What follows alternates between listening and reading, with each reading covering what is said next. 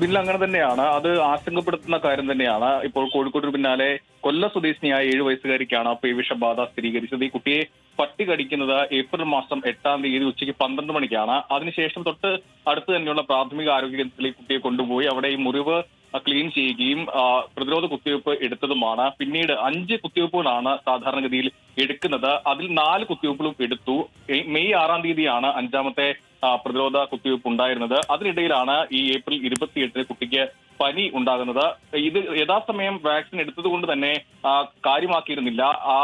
പേവിഷബാധ ഉണ്ടാകില്ല എന്നാണ് കുടുംബവും പ്രതീക്ഷിച്ചിരുന്നത്. പിന്നെ പനി ബാധിച്ചതാണ് പേവിഷബാധ സ്ഥിരീകരിക്കാൻ കാരണം. പിന്നീട് കുട്ടിയെ ഇപ്പോൾ SAT ആശുപത്രിയിലേക്കാണ് മാറ്റിയിട്ടുള്ളത്. നമ്മൾ ആശുപത്രി അധികൃതരുമായി സംസാരിച്ചു. കുട്ടിയുടെ ആരോഗ്യനില അത്ര തൃപ്തികരമല്ല എന്നാണ് ആശുപത്രിയിൽ നിന്ന് മനസ്സിലാക്കാൻ കഴിയുന്നത്. എന്തായാലും ഈ കുത്തിവയ്പ്പ് എടുത്തിട്ടും പേവിഷബാധ ഉണ്ടാകുന്ന ഈ കേസുകൾ എണ്ണം വർദ്ധിക്കുകയാണ്. അതുകൊണ്ട് ഈ കുത്തിവയ്പ്പിന്റെ പ്രശ്നമാണോ വാക്സിന്റെ പ്രശ്നമാണോ അടക്കമുള്ള കാര്യങ്ങൾ വിശദമായി തന്നെ പരിശോധിക്കേണ്ടതുണ്ട്. അതിനുള്ള നടപടി ആരോഗ്യവകുപ്പ് തുടങ്ങി എന്നാണ് നമുക്ക് മനസ്സിലാക്കാൻ കഴിയുന്നത്.